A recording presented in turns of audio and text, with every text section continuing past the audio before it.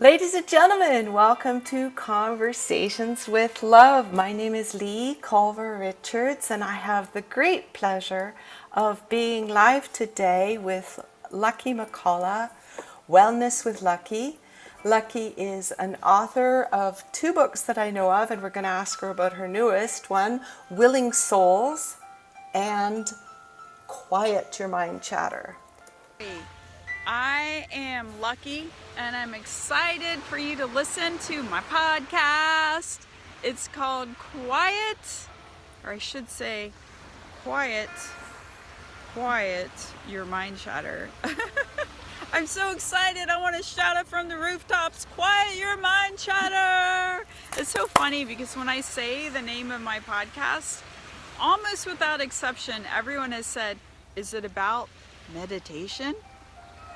It is a little bit, some of it. Yes, I definitely talk about meditation.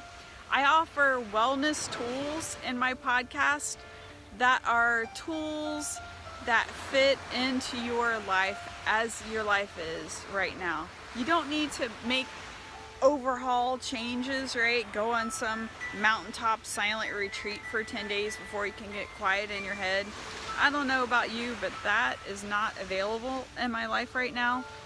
But wellness tools are available.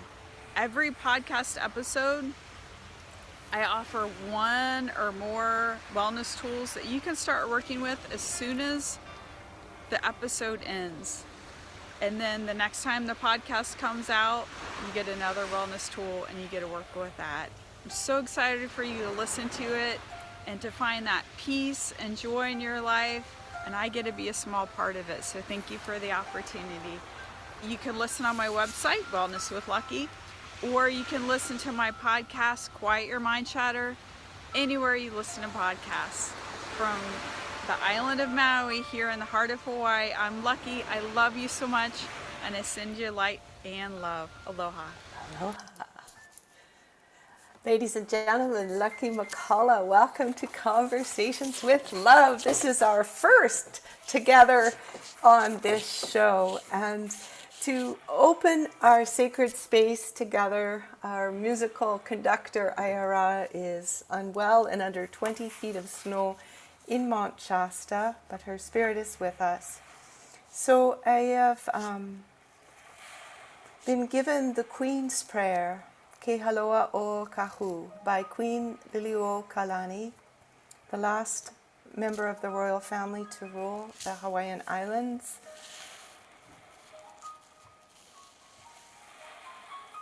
Eke Akua. Your loving mercy is as high as heaven, and your truth so perfect. You are my light, your glory, my support. Behold not with malevolence the sins of man, but forgive and cleanse until clean.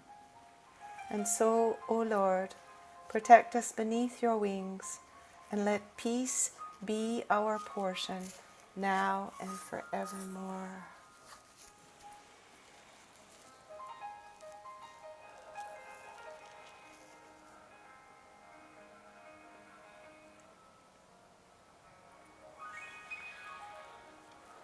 Your first book, Lucky, talked about willing souls and creating peace. I think the subtitle had peace in it. I just don't recall it at the moment. What does that mean to you, inner peace? Thank you so much for asking. Thank you so much for having me today. I'm really excited to be here. I think of inner peace as calm within my spirit, calm within my body when things are not in alignment with me and my higher power, me and my intentions, my greatest good. I feel chaotic in my body and in my mind. And when a shift occurs and I use the wellness tools to do the footwork, the invite God in, invite my Heavenly Mother to help me. And then I'm back in alignment with her will for me, for my greatest good. I get to relax and not stress and know that the universe has my back, and I can just do the next indicated thing and let my higher power take care of everything else. Tell me more. Okay, so my first question was going to ask you about to help me understand this humanness, because we have a whole body and it's comprised of a physicalness, a matter that you can see, an emotion, a flow of emotions, of energy that flows through us. It has a mental component, which your second book really helps with. And then it has the spiritual component. So we basically are a four-body system, right? A physical, mental, emotional, and spiritual body. But it's all one. So when you say you're out of alignment, could it be just in one of the bodies and that causes an imbalance? Yes. So how do you know when you're not in your homeostasis, in your perfect health, in your good balanced health? How do you know? What are your signals? That's a really good question. When I am angry, I was just sharing with my brothers and sisters in my support group last night that I am working with my higher power to invite in peace and calm more consistently and less frequently allow fear to trigger anger. I grew up in a dysfunctional home, and anger was the go-to for the men in our family, and the females in our family, we were trained to receive that anger and absorb it and stuff it down. So I'm still working on giving myself permission to be angry, but then at the same time, do I need to get angry over this, or is this something I can laugh about? So when I'm feeling really strong negative emotions, which for me is usually anger or frustration, and it's all based in fear for me, then that's a clear signal that there's some growth opportunities there. And that's just the way it is, at least in my experience as human on planet Earth, that I get out of balance and I see, oh, this is happening, and I can either focus on the negative and continue having that negative grow, or I could try to be mindful, be objective, and see, oh, I'm having a temper tantrum, and try to see that without judgment, that temper tantrums happen. And giving my background and my circumstance, I'm hungry, angry, tired, lonely, whichever the above, plus just the pressures of everyday life. It's fine to have a temper tantrum, and let's take a look at that. Is that something that we can change the next time I'm in this same situation? And just remembering and ask God for help, because I can't change myself. I'm very slow to change myself, and God puts the pedal to the metal when I ask God for help. Things still take time to unfold, but she empowers me to make those changes, or I'm willing to give up. Part of me is willing to give up anger, and she can work with that. She can work with that little bit of willing. I think I want to explore this more because you're really touching on something that I believe is a universal. So it isn't the emotion of anger itself. It's what we do with it, the beliefs we attach to it, the ways that we choose to express that anger as revenge, as resentment, as cruelty, even to ourselves and to others. And something you said about your growing up years, how the male, the masculine of our species, is taught the only emotion they're allowed to have is anger, and oftentimes it was encouraged to express in violent ways, whether it's verbal violence or physical violence or even emotional violence. And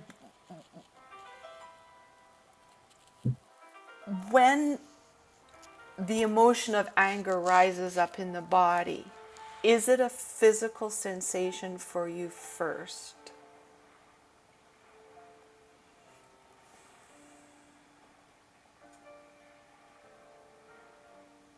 It's hard to say.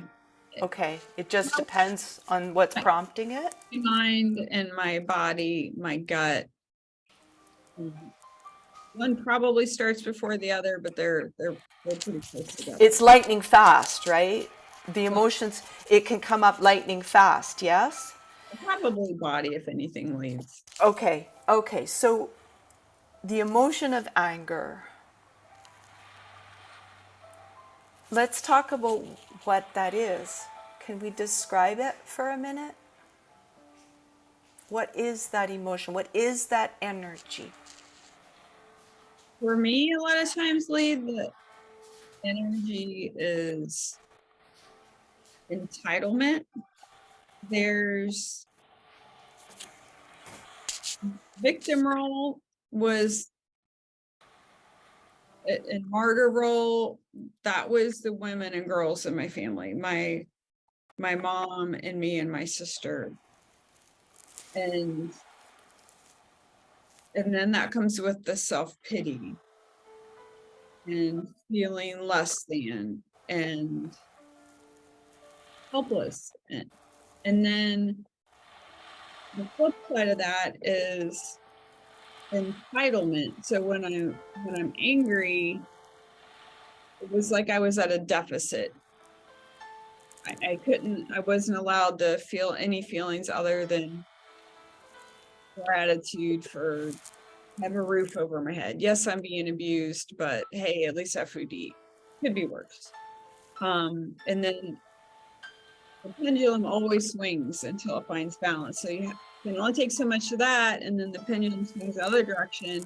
And then I'm entitled to make up for that loss. I've been mistreated for so long that now I get to be the one who's in power. I get to grab onto some of that power, and I get to essentially be the abuser, and I get to lash out and be angry, even if it's not at another person. So I'm victimizing another person. Just lashing out makes me feel powerful. And then I'm the one who has the emotional hangover afterwards. So for in the short term, it feels good and powerful, but then I inevitably have an emotional hangover after I get angry. So the emotion for me is entitlement, and it's my turn now, and don't you see how I've been abused? And I don't think those things when I am writing something and I want to write something and I go to grab a pencil out of the little cup,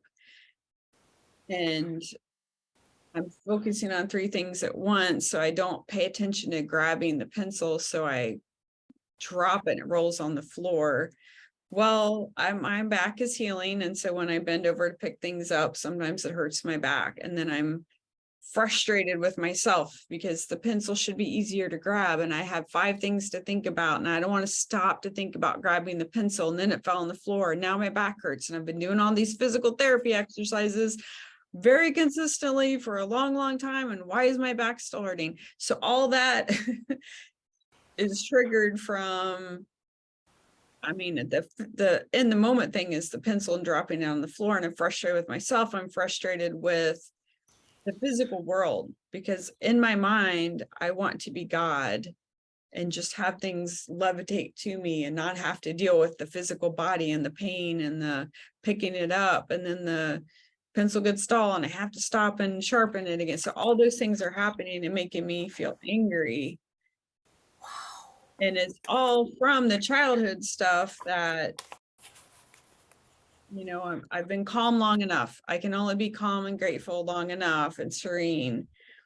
And now I need to pendulum swing in the other direction to make up for that. And I'm entitled to feel angry. So that's the cycle from my childhood that I keep, my inner child keeps bringing up for healing in my everyday life, so that when that comes up, I'm asking God to shine God's light on it and heal it.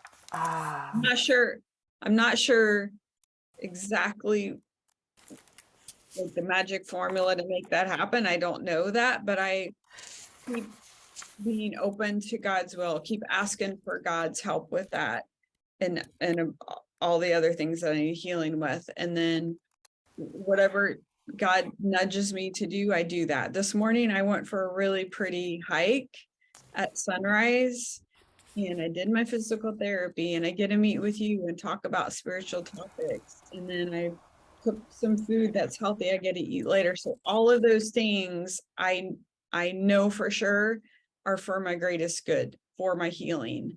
And then through those things, I'm also healing that anger. And then maybe the next time I drop the pencil, I'll have a half a second of pause and think, okay, God help me. I don't know what I'm supposed to think in this situation. I don't know how to give you my anger and not feel like a total patsy. And I don't know, but I just know that if I keep at it, I am tenacious, and keep asking God for help, God will keep showing up and releasing that. And I'll just close with this thought with this, that I was in my childhood home for 18 years, and I've been actively in recovery for 7 years. And before that, I was still, you know, I would see a mental health counselor sometimes, and still, so it's, you know, the formative years of my life, all these patterns were pounded into my head, and I was trained very well. I was a people pleaser, and to a more degree than I am now. So it's taking a while to unlearn these patterns and unlearn these behaviors. And my favorite part of this, the most important part, the best part, is that through this, I get to rely more and more heavily on my higher power, who is awesome. My heavenly mother, she loves me. She adores me. She knows what's best for me. And she always is here for me. Because if I could just heal myself and I don't have these negative patterns, then I would be completely independent, and I would not reach out to God. I reach out to God when I need help, which is all the time. And then I also get to express gratitude, because God shows up and always helps me, not in the way that I necessarily want, because I want all these just removed right now, and then I'm happy, joyous, and free every day. And I'm a human woman, and we have ups and downs, and I'm glad that I have my higher power here to help me. And she helps me through wonderful people like you, who keep it positive and are living in the solution and not focusing on problems. So I appreciate the work that you do. Wow. Whew, that's a lot to unpack, you know. And here's what I'm hearing. The negative patterns that we learn as a child are almost, no, I'm not going to say almost. It feels as though they are a cellular makeup. Like it's almost as though it's become part of our water. And water holds the memory of everything from the beginning of time. And so that trauma that you experienced as a child that was repeated over and over and over again. And there was never a break of an interrupt, right? It was always the same pattern, and it just kept getting worse and worse and worse as you became more aware of it. Because from our birth until about age 7, that's when our belief systems pretty much get solidified. And we've already had maybe 2 or 3 years of school that can also ingrain some pretty negative patterns depending upon what kind of school we encountered, whether it was, so it's like a post-traumatic stress disorder from behaviors that we didn't have words for as a child. We didn't have words for, we didn't have the equipment for, we didn't have the experience to know how to shift or interrupt these negative patterns. And while you were speaking, I couldn't help but recall this particular book, which was pretty transformational research done in the 70s. And basically this book, Power versus Force, An Anatomy of Consciousness, The Hidden Determinants of Human Behavior.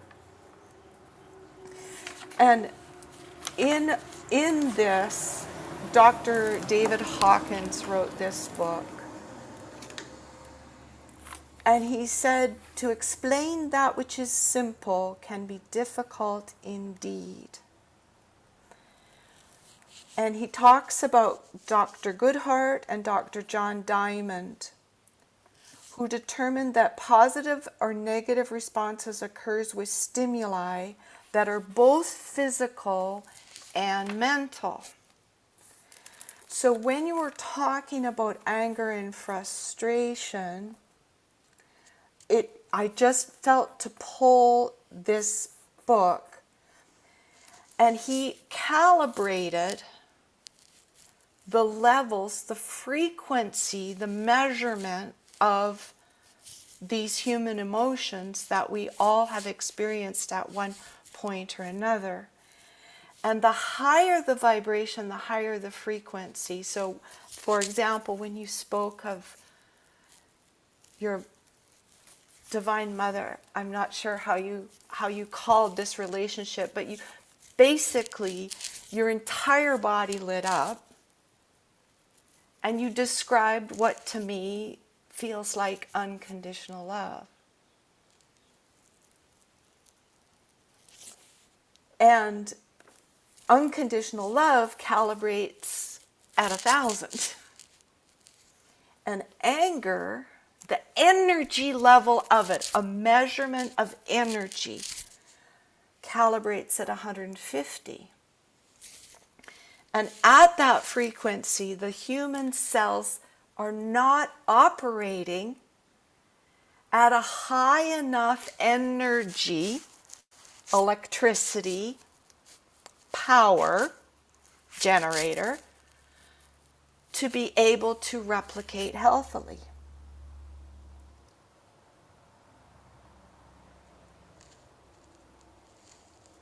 And so it is physical and mental. So it's the belief system, right?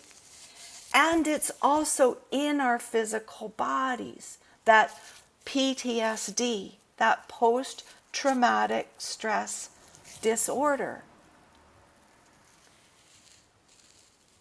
So as you're healing this child within you, how might we, and I'm pulling you to here, I hope, how can we help to retrain that mental body, that mind, that is suffocated by these belief systems, and holding that child in a disempowered place. Like, how can we free ourselves? So what I guess I'm asking is, how can you talk to us more about this? Because the mind chatter is a repetitive loop of the same story. A repetitive loop of a belief that isn't in fact true. It might have been true, but if it's true for something that's already happened, there is absolutely nothing we can do to change that which happened. So how can we free our minds to be able to see, okay, this is what happened. This is now what I'm choosing to grow, yet still not leave that child in that trauma. Am I making any sense at all? Yes. Yes. Okay, so I'm going to let you go kind of on your wellness tool thing.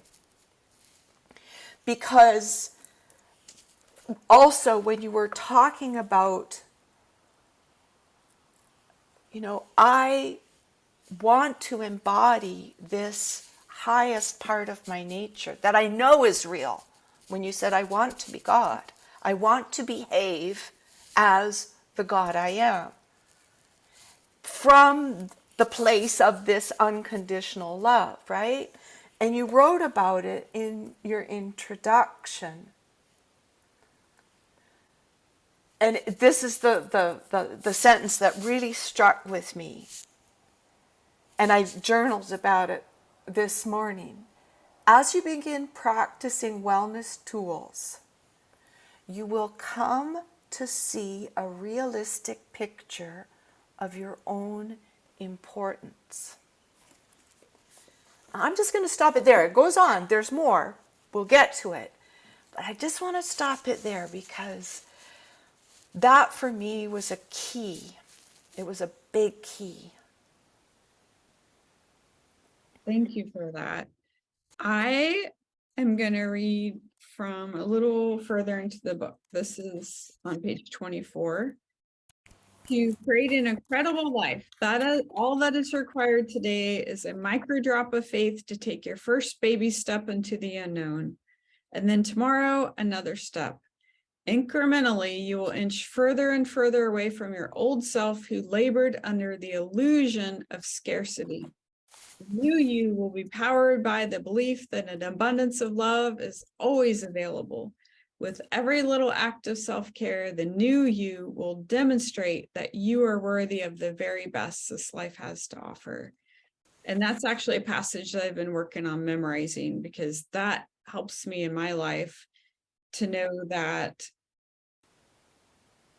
the big problem is the ongoing childhood trauma and abuse that created these negative cycles in my mind. And how do I delete that and replace it with something positive? And I want it to happen in one fell swoop and then I'm done with it. But it doesn't happen like that. We just take baby steps every day. So and that's my baby step into the unknown. I don't know how long this process is going to take. I don't know, how God's going to work to heal me of this. But right now, God nudged me in the direction of sitting down with you and talking about you with these topics. And so that's what I'm doing right now. And then I'm trusting, incrementally, you will inch further and further away from your old self who labored under the illusion of scarcity. So that's how I grew up. Was there was a scarcity of love, there was scarcity of care and giving and compassion, and that's what the humans in my life demonstrated. But there was an abundance of love from my higher power. There's an abundance of my love from the true source, my heavenly mother. And I just didn't have a whole lot of access to that at that point because I was with these negative humans. They were positive sometimes.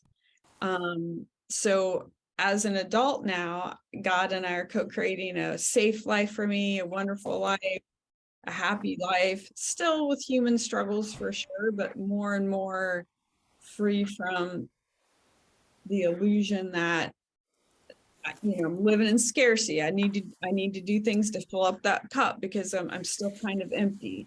That's untrue. So at this very moment, I have everything I need. My higher power is with me and blessing me and providing for my every need. And like you were saying, that is the past. To recognize that childhood struggle, that's over, and I get to be in this moment right now. And meditation helps a lot to help me remember to be present, while I'm meditating. And then that helps me through the rest of the day. When I meditate, I meditate for a few minutes in the morning and a few minutes in the evening. And then the next part says, with every little act of self-care, the new you will demonstrate that you are worthy of the very best this life has to offer. And I love that part because words are cheap. Talk the talk, yeah, whatever. Let's see where your feet are going.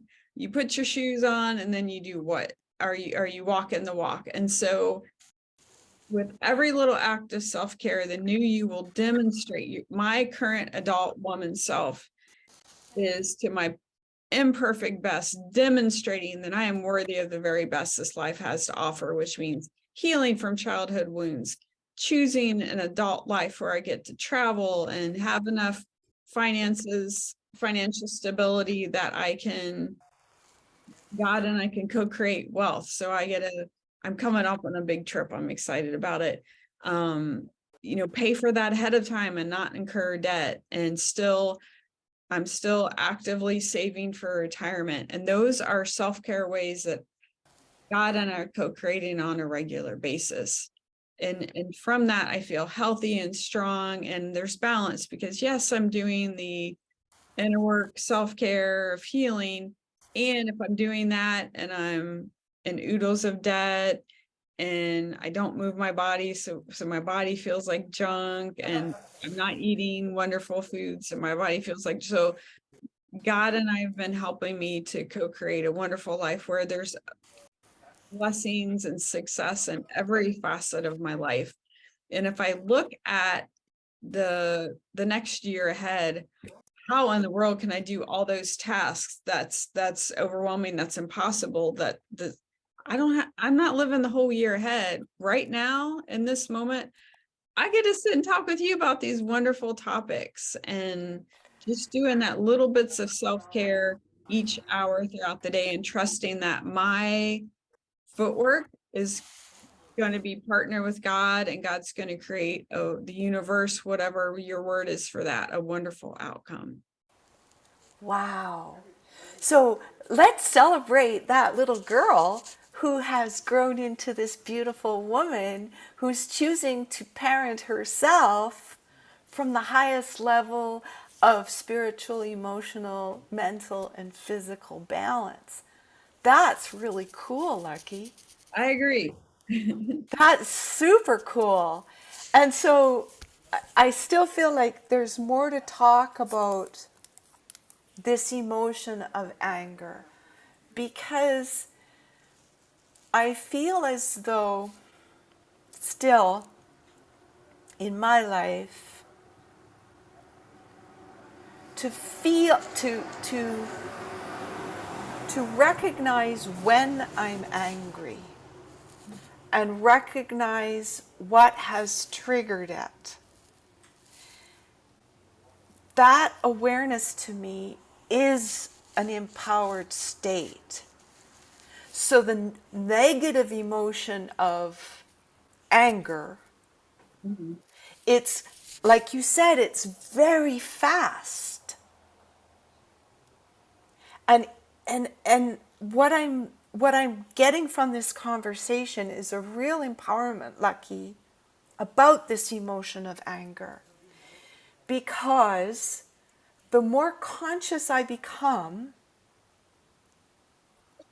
choosing to really be present, like you said, be present in this moment, take the very next steps that you're guided to take. And if something triggers my anger in this moment, to be aware of, okay, well, what triggered it? Why am I triggered? Is this something that already happened that I can do nothing about? Or is it really truly something that's making me angry right now? Or something that's triggering an emotion of anger?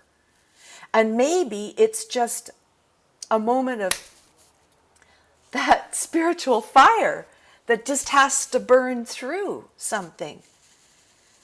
Maybe it's so fast, and instead of holding on to it and creating all of this story and this lifetimes of grief, really, maybe that's it. Maybe it's just to recognize that it's a normal human emotion, just like fear. If there's danger present, your awareness will tell you. And then you do something, you act accordingly, right? Mm-hmm. So maybe anger, we've been conditioned into staying in that field of frustration, that frequency of frustration and anger and resentment and revenge as a conditioned response. And so we can never actually truly feel the emotion when it comes, because it's very, very fast. So, somehow I'm not being clear.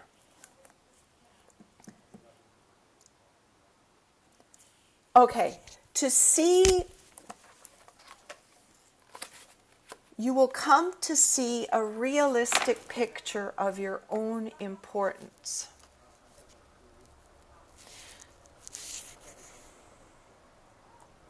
In every moment.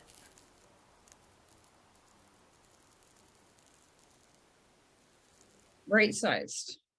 Right-sized in every moment. I'm not God. I'm not the total piece of garbage. I am not God. I am not a victim. I am not the all-seeing, all-powerful God. And I am worthy of the life energy that is God. Mm-hmm. And I am worthy to express it in the fullness from that place of unconditional love, from that frequency of the higher love, if you will.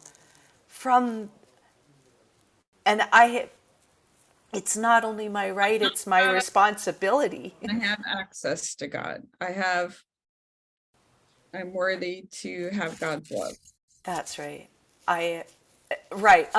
Unlike a lot of our religious doctrine, which said I'm not worthy to sit at the foot of God, and I have to go through a hierarchy of middle men to get to it, who demonstrate quite a lot of punishing, cruel tactics to force this weak flesh. I think we got it all wrong. Our flesh is very strong. This human body's a freaking miracle. It's not weak. It's not powerless. All our cells recreate anew every 7 years. Our entire blood system is brand new cells every 3 months. That's not weakness. That's an amazing miracle. Can I share something with you that I just created? Please.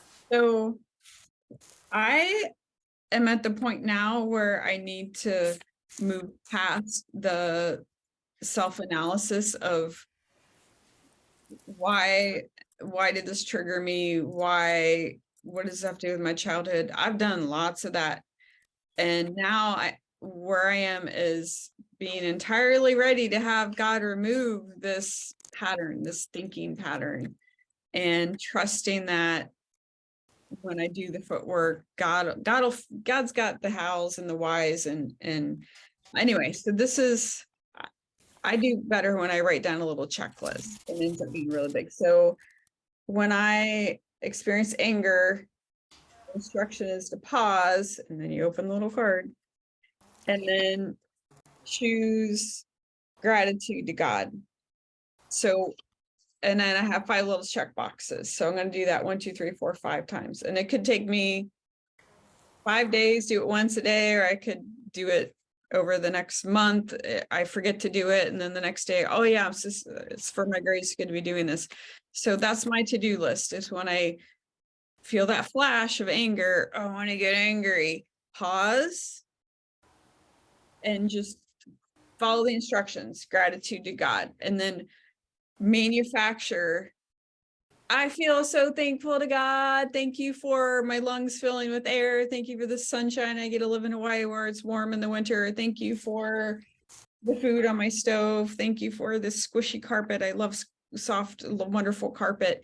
And I'm in gratitude. So that in no way sets any kind of rules that every time I'm angry, I need to stop being angry and I need to have gratitude to God, but just this tiny little minimal commitment to practice this new way. Just try it out 5 times, try it out, and then I rip up the card and I'm done with it. And then God will tell me, what do I need to do next? Did that work? Do I want to keep practicing that? And then, because I'm still working on figuring out, when am I allowed to be, I'm allowed to be angry. I'm allowed to be angry. And what is it for my greatest good to be angry? And what is it for my greatest good to pause and flip that to gratitude? Because I don't have an emotional hangover for gratitude. When I'm, yay, I'm thankful for this, that passes. And then I feel pretty good. Where if I have an emotional outburst, I have some consequences from that. So that for this part of this learning about anger process, that's where I am, Lee, is just doing this next thing. Just anger, pause, express gratitude 5 times, and then I don't know what's going to come after that. So thank you for helping me create this today. That's very cool. That's very cool. And I love it.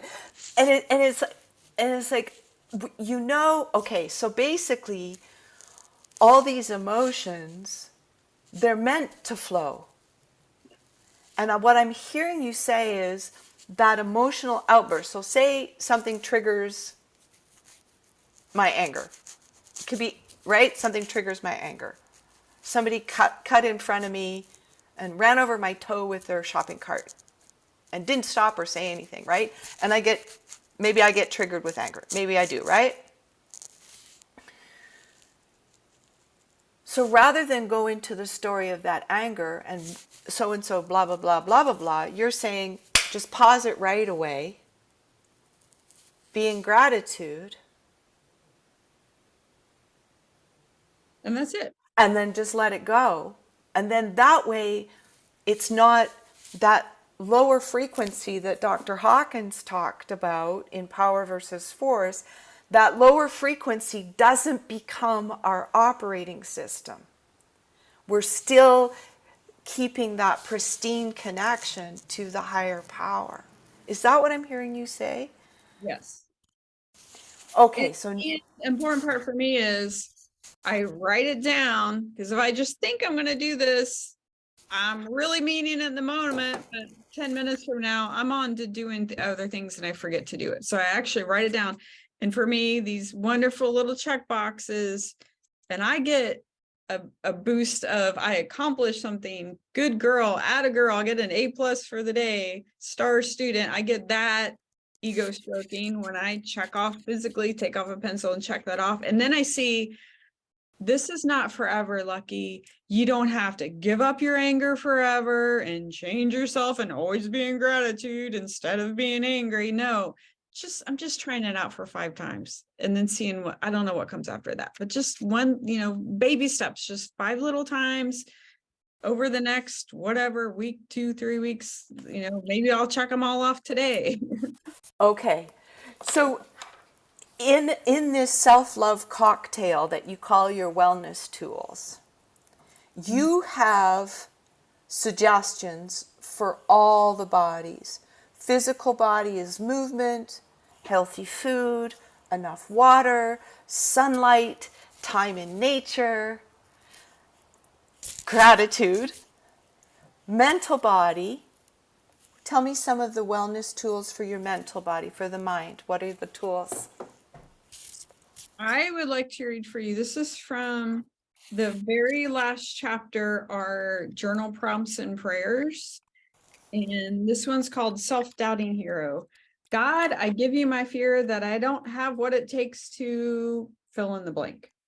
Help me to trust that you will provide the resources to co-create the amazing life to which you are calling me. So whatever it is that right now, I'm in fear that I'm ever going to be free of this. Am I allowed to be angry? Do I have the emotional anger afterwards? Is that worth it? Is now, that whole anger thing, I don't really know if I'll ever be free of that. I give that fear to God, and I get to trust that God's going to handle it. I'm doing the footwork. I'm doing the little checkbox thing, which came to me, and I wrote it down. I put it with colors, so it's kind of fun. Yay. And just trust that I'm asking God for help, and God's going to show up for me. Right on. Tell us again that page number, please. 213. Okay, so this is in Lucky's book, Quiet Your Mind Chatter, which you can get on Audible or in Kindle, or you can get the actual book format. 213, you said? Yes. The okay. bottom. Self-Doubting Hero. Self-doubting hero. God, I give you my fear that I don't have what it takes to heal my anger, basically is what you said, yes? Help me to trust that you will provide the resources to co-create the amazing life to which you are calling me. And then you let it go, right? For the moment. And then for the moment. Probably later today it'll come back to me, and then I can reach out to God again. That's the cool part about my humanness, is I'm human, and I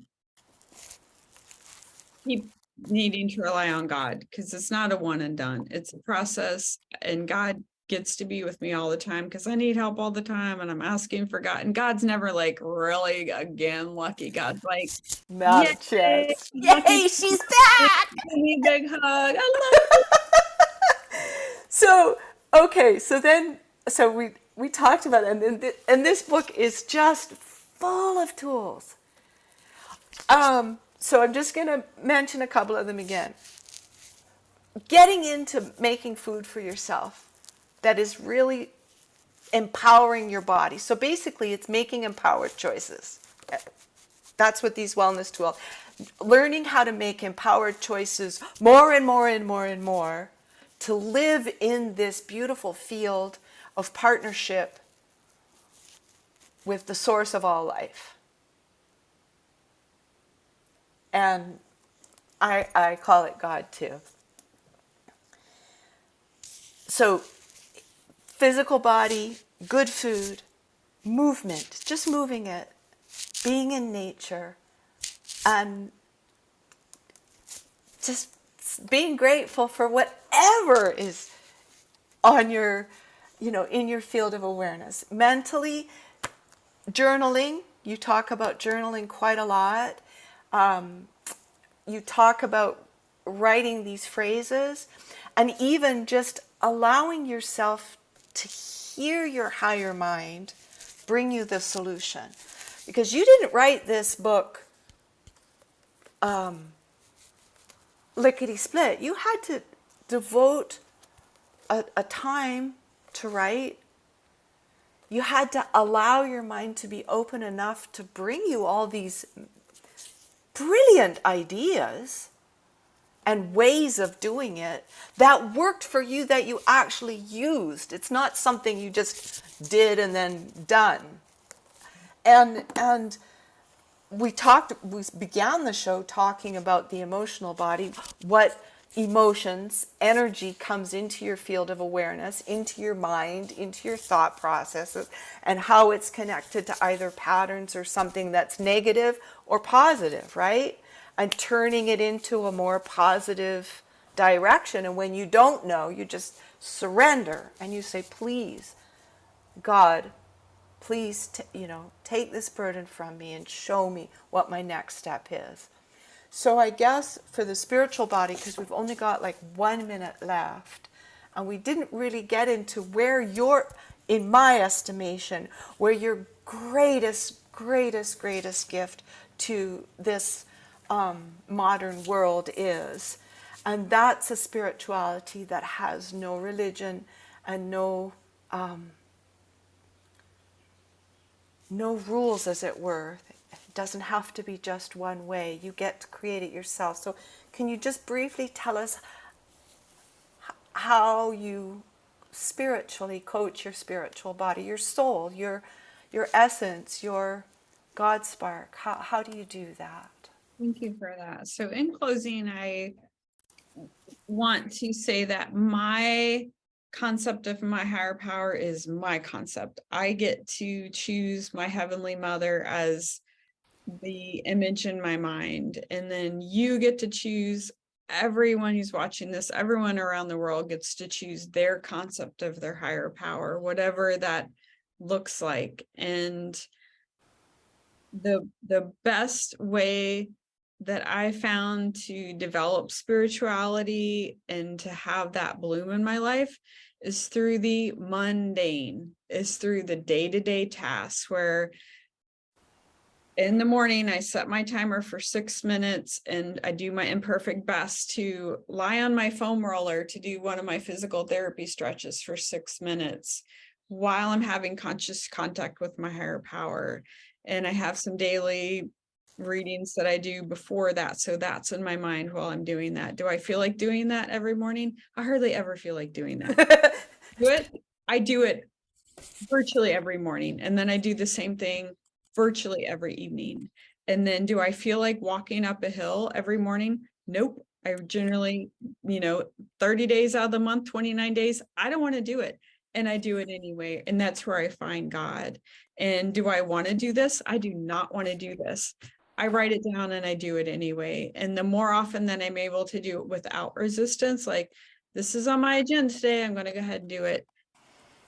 I'm more at peace. And it's just doing those. It's a grind. And then God shows up when I'm on my foam roller, when I didn't want to be there, God shows up. Thank you, Lucky McCullough. Ladies and gentlemen, wellnesswithlucky.com. Amazon has all her books, Lucky McCullough, McCullough. I highly recommend checking out her podcast and getting her books and coming on her soul retreat weekends, which are so much fun. Lucky, thank you so much for your time this morning. I'm going to let you go a little bit later than I had anticipated, and we will close out our sacred space with Lift Every Voice and Sing. Have a blessed, beautiful day until we meet again. Thank you, Lucky. Love you, Lee. I love you.